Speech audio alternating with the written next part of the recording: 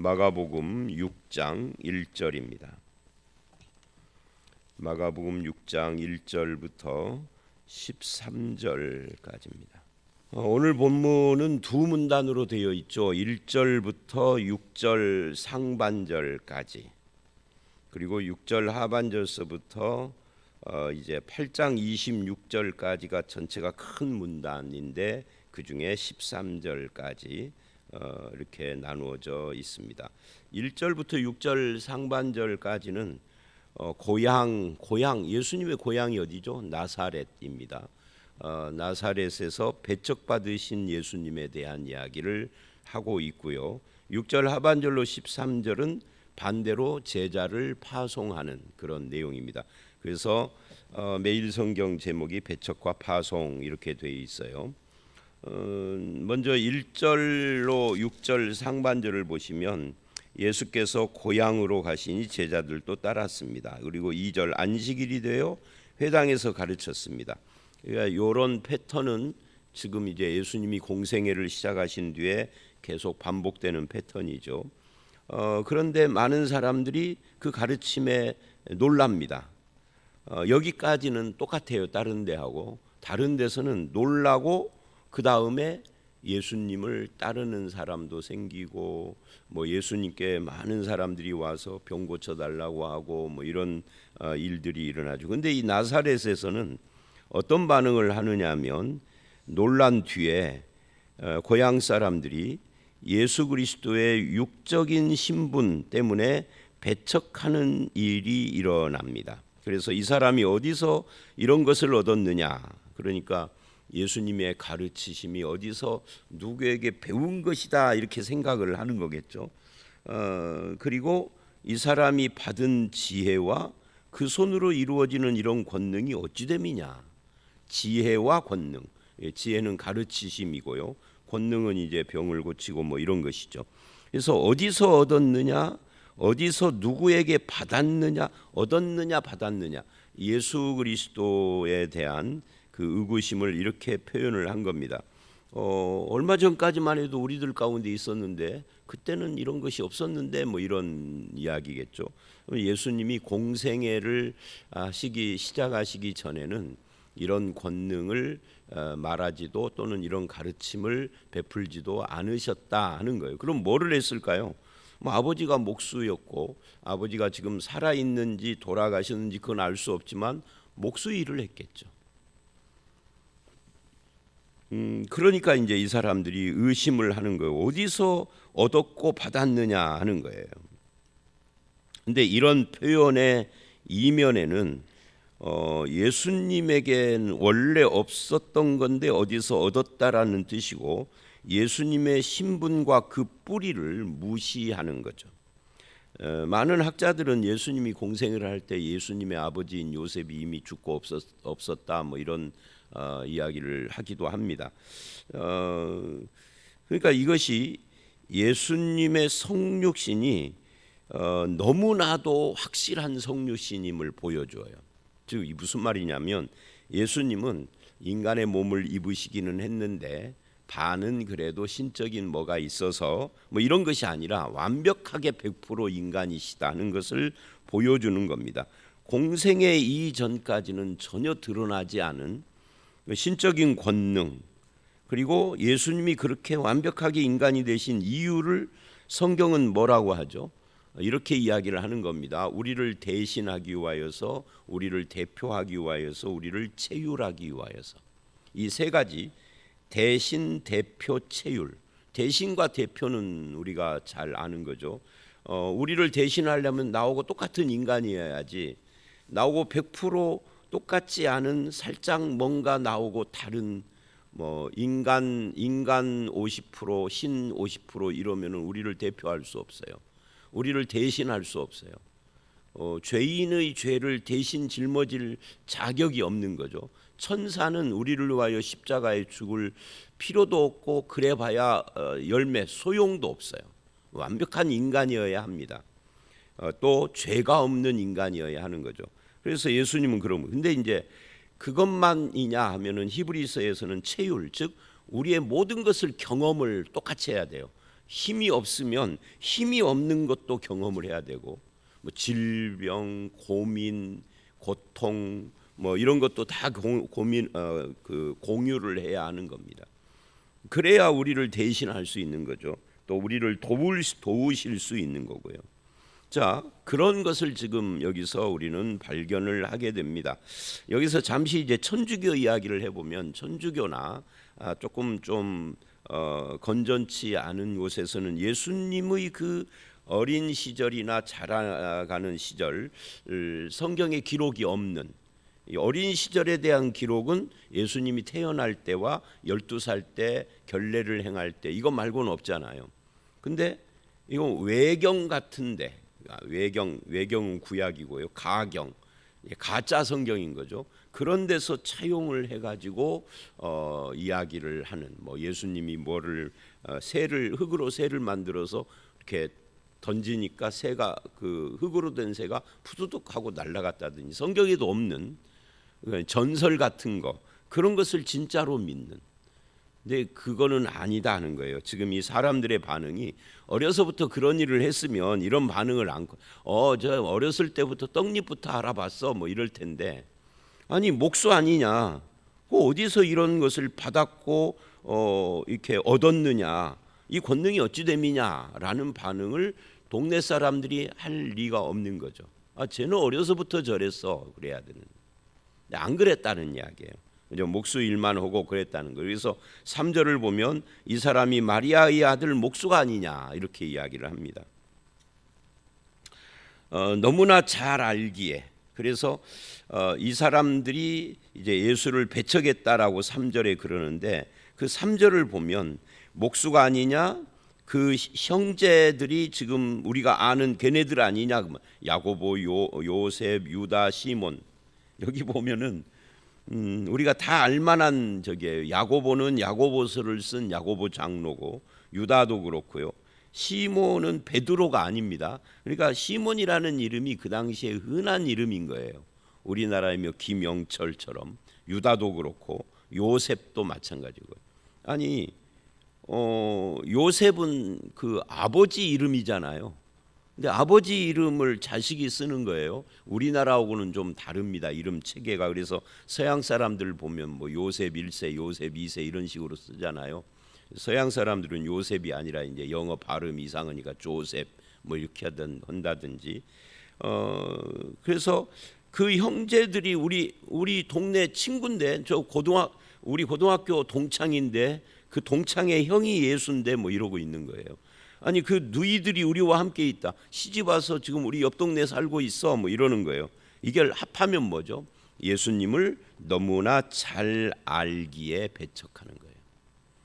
예수님을 너무 잘 알기. 그래서 우리도 마찬가지잖아요. 잘 아는 사람에 대해서는 마음이 안 열리는 경우가 있습니다. 이권이 있으면은 열리겠지만, 뭐 예수님은 이권이 있는 것도 아니고, 뭐 걔 내가 잘 알아 이렇게 되는 거죠. 그 잘 안다는 것이 선입견이 돼서 예수님의 직업, 가족, 뭐 어린 시절, 출생 같은 이런 것들이 예수를 믿지 못하게 만들었다 하는 거예요. 그런데 이제 여기까지 놓고 보면 우리도 유사한 함정에 빠져 있을 수 있습니다. 그게 뭐냐면, 우리는 이제 예수님의 이 고향 동네 사람들과는 조금 다른 차원에서 예수를 오래 믿었잖아요. 여러분은 몇 살부터 예수를 믿으셨습니까? 이 중에 만약에 모태신앙으로 예수 믿으신 분이 있는데 지금 나이가 70이다 그러면 70년을 믿었잖아요. 지겹게 예수님에 대한 소리를 들은 거예요. 이거 뭐 새로울 것이 없어, 그잖아요. 십자가 이야기도 그렇고, 오늘 읽은 이 성경도 지금 몇 번째인지 몰라요. 그렇죠? 매일 성경만 가지고도 저 같은 경우에는 80년도부터 매일 성경을 했으니까 6년에 한 번씩 온다고 치면 한번 생각을 해보세요. 거의 7번 뭐 이렇게 7번 8번. 옛날에는 이 매일 성경이 6년이 아니라 뭐 5년에도 돌아가고, 뭐 어떤 때는 7년에 돌아간 적도 있고, 그때마다 조금씩 달리기는 했습니다만은, 그러니까 신선한 것이 아무것도 없어 예수 믿는데. 그래서 사람들이 뭘 쫓는 거죠? 목사들도 마찬가지입니다. 목회를 하다 보면 막 목회가 팍팍팍팍 막 부흥하고 새 사람들이 막 오고 오면 신나서 그런 걸 모르는데, 이 정체돼 있어. 예를 들면 우리 교회 교인이 30명에서 50명 수준에서 계속 멈춰가지고 지금 15년째 20년째 이래요. 그럼 목사들이 뭐를 하는 거죠? 그럼 뭐 신선한 걸 찾아다니, 새로운 거, 신선한 거. 여러분, 뭐 진리에 신선한 것이 있을까요? 저는 없다고 봐요. 처음 예수 믿어서 한 10년 정도 막 하나님의 말씀이 막 그렇고, 10년도 안 돼요. 뭐 바짝 하면은 5, 6년, 6, 7년 뭐 막 길게 봐야 10년인 거죠. 그럼 그 10년 후에는 뭐 할 건데? 그 이제 새로운 거 쫓는 거예요. 그래서 이단도 나오고, 뭐 이단까지는 아니어도 자유주의 신학 같은 것이 나오고 이러는 거예요. 저는 이 자유주의 신학이라고 하는 이 기독교를 병들게 하는, 서구 기독교를 몰락시킨 원인으로 지목되는 이것도, 기독교가 학문이 되니까. 학문이라는 건 뭐예요? 박사학위는 뭐죠? 박사학위에 뭐 다른 건 몰라도 우리가 일반 상식으로 아는 것 중에 한 가지가 이거예요. 전에 이 논문을 썼던 사람이 쓴 것을 참고하되 그거하고는 다른 새로운 이야기가 포함돼야 하는 거예요. 내 의견. 이것이 계속 쌓여가다 보면 나중에는요, 완전히 다른 이야기가 나오는 거죠. 기독교도 학문이 되면 그러는 거예요.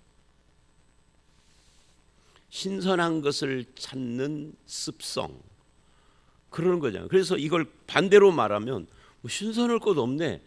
뭐 저 누이 우리 옆집 며느리로 시집 왔고, 저 형제 초등학교 동창이고, 저 형 예수 저 목수하냐? 우리 집 모두 고쳐주었었는데 신선할 것이 없다, 이렇게 되는 거예요. 우리도 이것이 도전이다. 여러분, 제가 일부러 이 신선함에 대한 이야기를 꺼낸 건데요. 뭐 디테일한 이야기는 제가 않겠어요. 근데 사실은 이것 때문에 기독교가 망조가 들고 있는 거예요. 여러분은 모르시지만 목사들, 학자들 사이에. 그래서 괴상한 이야기를 하고 그래요. 거기에 또 혹하는 사람들. 그래서 이단들이 나오면은 사람들이 이상하게 뭐 이단이 더 잘 되는 경향을 보이는 것도 그런 거. 내가 교회를 50년, 40년을 다녔는데, 모태신앙인데, 우리 아버지가 목사인데 못 들어봤던 이야기다, 그 말이에요. 그 못 들어봤던 이야기, 그거 주의하셔야 합니다. 그러니까 이 사람들은 너무나 잘 아는 것 때문에 예수를 배척했어요. 선입견 때문에 누군가를 배척하거나 함부로 대하거나 무시하거나 그래요. 우리도 그럴 수 있고, 그러다 보면 신선한 걸 쫓을 수 있고, 그러다 보면 괴상한 것이 되는 거예요. 그래서 4절 5절 예수님이 이렇게 말을 합니다. 선지자가 자기 고향과 자기 친척 자기 집 외에서는 존경받지 못함이 없느니라. 이건 뭐예요? 이건 이제 구약에도 나오는 말씀인데, 말하자면 나를 잘한다고 생각하는 사람들은 나를 배척하지만 거기서 조금만 벗어나면은 환영받는다, 그런 이야기. 저도 이거 경험한 적이 있어요. 제가 첫 번째 전도사를, 제가 청년으로 있었던 교회, 우리 가족들이 그 교회 다 다니고, 거기서 우리 어머니가 권사가 되고 우리 동생들도 거기서 중고등학생 시절을 보내고 했던 그 교회에서 첫 번째 전도사를 했어요. 우리 가족이 있는 데서 5년을 했어요. 만 5년. 전에도 한번 말한 적이 있는데, 어른들은 님자를 잘 안 붙여 저한테. 노전도사 이렇게 뒤끝이 그래요. 그러니까 잘 아니까. 저 어머니 우리 여전도에 진권사 아냐? 아니 저 형 엊그제까지도 형이었는데 전도사래? 이제 그런 거예요. 그러다가 만 5년이 끝나고 신대원 1학년 때인가 2학년 올라갈 때 다른 교회로 이제 갔어요. 서울에서. 와, 분위기가 완전히 다르. 사람은 똑같은데 분위기가 완전히 다르요. 우리 전도사님. 60 먹으신 분도 70 먹으신 분도 그러고 젊은 사람들은 말할 것도 없고 그때 내가 전도사인 실감이 나더라. 이 똑같은 거예요, 지금 이게. 여러분은 어떠신가요? 제가 그래서 우리 교인들에게 한 두어 번 그런 말을 했습니다. 부교육자들을 대할 때에도 여러분들이 여러분과 여러분의 특히 자녀들 또는 손자들의 영혼을 책임지는 교역자라고 하는 것을 잊지 말아야 됩니다. 담임 목사만 교역자가 아니다. 자, 그래서 자기 고향에서 존경받지 못하는데 밖에 나가면 존경받는다 그 이야기를 하면서 5절 거기서는 아무 권능도 행하실 수 없어 다만 소수의 병자에게 안수하여 고칠 뿐이었고 믿지 않음을 이상히 여겼더라. 신앙이 없는 곳에서는 더 이상 여기 권능을 행하실 수 없어. 이 말은 신앙이 없으니까 예수님에게서 권능이 내가 권능을 행하고 싶어도 안 된다 이 말이 아니에요. 이 말을 자칫하면 그렇게 읽을 수 있어요. 아까 말한 신선한 것 쫓는 사람들은 아마 그렇게 설명하는 이상한 사람도 있을 수 있어요. 그런 말이 아닙니다. 이런 이야기죠. 신앙 배척하고 신앙이 없는 곳에는 또 아무리 권능을 행해도 믿지 않으려고 딱 선입견이 굳어져 있는 곳에는 더 이상 기적을 행하지 않으셨다. 왜? 의미가 없으니까. 예수님은 기적을 행하러 오신 것이 아니에요. 저들이 믿어 구원받고 하는 이 하나님 나라 복음을 위해서 온 거거든요. 예수님의 기적은 하나님 나라를 선포하는 도구일 뿐이에요. 하나님 나라로 사람들을 초청하기 위한 통로로만 이 이적이 쓰이는 것이죠. 그런데 배척하는 곳, 선입견이 있는 곳에서는 아무리 기적을 해도 저들이 진짜 중요한 믿음으로 들어오지를 않기 때문에 의미가 없는 거예요. 그래서 안 한다 그 말이에요. 기적보다 중요한 것이 뭐라는 거예요? 믿음이라는 거고 구원이고 변화라는 거고 하나님의 통치에 순종함이 기적보다 더 중요한 것이다 하는 것을 이렇게 보여주고 있는 겁니다. 그래서 믿지 않음을 이상히 여겼다라고 하는 이 믿지 않음 이것과 아무 권능도 행하실 수 없다 하는 이것은 맥락이 같은 거죠. 자, 여기까지가 오늘 첫 번째 문단입니다. 그리고 이제 6절 하반절 2에서부터 13절은 제자들을 파송하는 내용인데 아까 서론에서 말한 것처럼 이 6절 하반절서부터 8장 26절까지 여기가 이제 마가복음의 전반부입니다. 그리고 이 전반부가 마무리될 때 8장 27절 이하에 어떤 이야기가 나오느냐면 너희는 나를 누구라 하느냐 주는 그리스도십니다 라고 하는 고백. 이게 이제 마가복음의 클라이막스. 마가복음뿐만이 아니라 마태 누가복음도 너희는 나를 누구라 하느냐 주는 그리스도시요 하나님의 아들입니다. 이게 이 세 복음 공간복음의 클라이막스입니다. 그 후로는 분위기가 완전히 달라지고 이때가 언제쯤이냐면 예수님의 공생의 3년이 거의 끝나갈 때쯤이에요. 기록의 분량으로는 총 16장 중에 8장이니까 중간인데 시간으로는 이게 거의 공생애가 다 끝나가는 시점에서 이 질문과 대답이 나오는 거예요. 이제 거기까지가 하나의 문단인데 그게 뭐냐면 예수님은 누구신가 하는 거예요.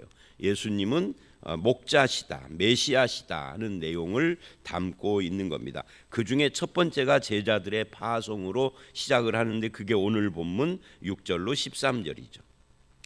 먼저 그러니까 나사렛에서 배척을 하니까 거기서 나와가지고 모든 촌에 두루 다니시며 가르치셨다로 시작을 해서 12제자를 불렀다로 이어지죠. 여기에 우리가 두 가지를 봅니다. 두 가지가 아니라 몇 가지를 봅니다. 첫 번째는 부르심입니다. 예수 그리스도로 말미암아 부르심 받았다. 콜링이죠. 소명이라고 그래요. 이게 굉장히 중요해요. 이 소명은 두 가지가 있어요. 하나는 구원으로의 부르심입니다. 근데 구원으로의 부르심은 소명이라고 않고 그냥 부르심이라고 하죠. 구원으로 부르심은 절대적으로 은혜로 되는 거죠. 부르신 자를 의롭다 하시고 그 사이에 믿음이 있는 거예요. 그런데 또 하나의 부르심은 사명, 직업 이런 걸로 부르심이에요. 그것도 하나님의 부르심으로 되는 것입니다. 이 소명이라고 하는데 이 부르심이 있고 부르심에 응답하는 것을 우리는 사명이라고 합니다. 사명감. 뭐 부르시지 않았는데 나 스스로 사명감을 갖는 것과 주님이 부르심이 확실해서 사명을 갖는 것은 달라요.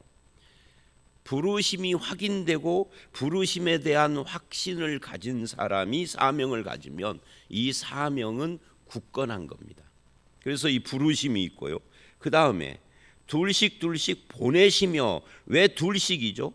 두 가지 의미가 있어요. 하나는 동역, 혼자 가면 무슨 일이 벌어질 수도 있고 또는 뭐 여러 가지 어려운 일을 대처하기가 어렵죠. 이게 동역이고, 또 하나는 이것보다 동역보다 더 중요한 것은 이게 구약 성경의 율법에 나오는 증인의 숫자예요. 그래서 증인으로 지금 파송되기 때문에 증인의 숫자인 둘씩인 겁니다. 그 다음에 보내시며, 그래서 부르시고 보내심입니다. 이 보내신다라고 하는 이것은 이제 보냄 받은 사람 입장에서는 사명이라고 할 수가 있는 거죠. 그런데 그냥 보내시지 않고 더러운 귀신을 제어하는 권능을 주셨다. 권능, 능력을 주셨다는 거예요. 그래서 제자들이나 또는 그 이후의 역사 속에서 예수 믿는 사람들 중에 누군가가 권능 또는 권능이 능력이니까 능력도 여러 종류가 있겠죠. 뭐 가르치는 능력도 있고 여기처럼 귀신을 쫓는 능력도 있고 병 고치는 능력도 있고 뭐 어떤 큰 기독교적 믿음으로 사업을 하는 그런 능력도 있고 뭐 여러 가지가 있을 거예요. 목사는 목회를 잘하는 능력도 있고요. 뭐 설교를 잘하는 능력이라든지 많은 것이 있을 겁니다. 근데 중요한 것은 뭐예요? 이 권능은 내가 만드는 것이 아니라 주님이 주시는 거예요. 그죠? 주시는 권능이다는 거예요. 파송을 할 때 그냥 가라고 하는 것이 아니라 파송받은 그 일을 감당할 수 있는 능력도 함께 주신다 하는 이야기를 지금 하는 겁니다. 이게 처음 부르시고 보내실 때는 잘 실감이 안 나요. 저도 그런 고민을 많이 했다라고 설교 시간에 고백을 한 적이 있잖아요. 이제 목사가 되기로 할 때는 뜨거운 마음으로 신학을 공부를 했는데 신학 공부를 마치고 보니까 이제 교회를 개척하든지 뭔가 해야 하는데 이제 고민이 되는 거죠. 그죠? 무슨 고민이 되느냐 하면은 교회를 개척하면 사람들이 올 것인가? 전도를 하면은 이게 열매가 맺힐 것인가? 그러면 사람들이 오게 하려면은 뭐예요? 권능이 필요한데 주로 무슨 권능이 필요해요? 귀신 쫓고 병 고치고 하는. 근데 나에게는 그런 은사나 권능이 없는 것 같단 말이죠. 그래서 이게 목회가 될 것인가? 근데 이제 그거는 이제 시작하기 전 이야기고요. 이제 마무리하는 지금 이 나이에 되돌아보니까 그건 쓸데없는 고민이었던 거죠. 주님이 안 주시면은 없는 대로, 주시면 있는 대로 하는 건데 주시는 거니까. 그런데 목회는 그걸 감당할 수 있는 만큼 분량만큼 주님이 나름대로 고정된 우리가 원하는 어떤 누구나 원하는 어떤 권능이 아니라 주님이 감당하는 능력을 주시더란 말이죠. 그래서 주님은 부르시고 보내실 때 능력도 함께 주신다. 그 능력은 사용할 때 발휘가 되고 발전하는 거예요. 그 다음에 8절을 보면 명령을 하십니다. 근데 이 명령을 우리가 조금 이제 그 내용을 들여다봐야 되겠죠. 그래서 여기까지 6절, 7절 이게 제자를 부르시고 보내시고 능력 주시고 명령하시는 이게 하나님의 일꾼들, 제자들뿐만이 아니라 모든 하나님의 일꾼들에게 다 해당되는 거예요. 목사뿐만이 아니라 뭐 집사가 됐던 장로 권사님이 됐던 누구든지 간에 주의 일을 하는 자에게는 똑같다. 소명이 있고 사명이 있고 능력을 주시고 감당할 수 있는 힘을 주시고. 그래서 이제 명령을 하는데 명령의 내용이 뭐냐 하면은 이래요. 여행을 위하여 지팡이 외에는 아무것도 가지지 말라. 두벌옷도 가지지 말고 양식을 위해서 배낭이나 전대의 돈이나 아무것도 가지지 말라. 신만 신고 두벌옷도 입지 말라 하고 쭉 이야기를 해요. 이게 무슨 말이죠?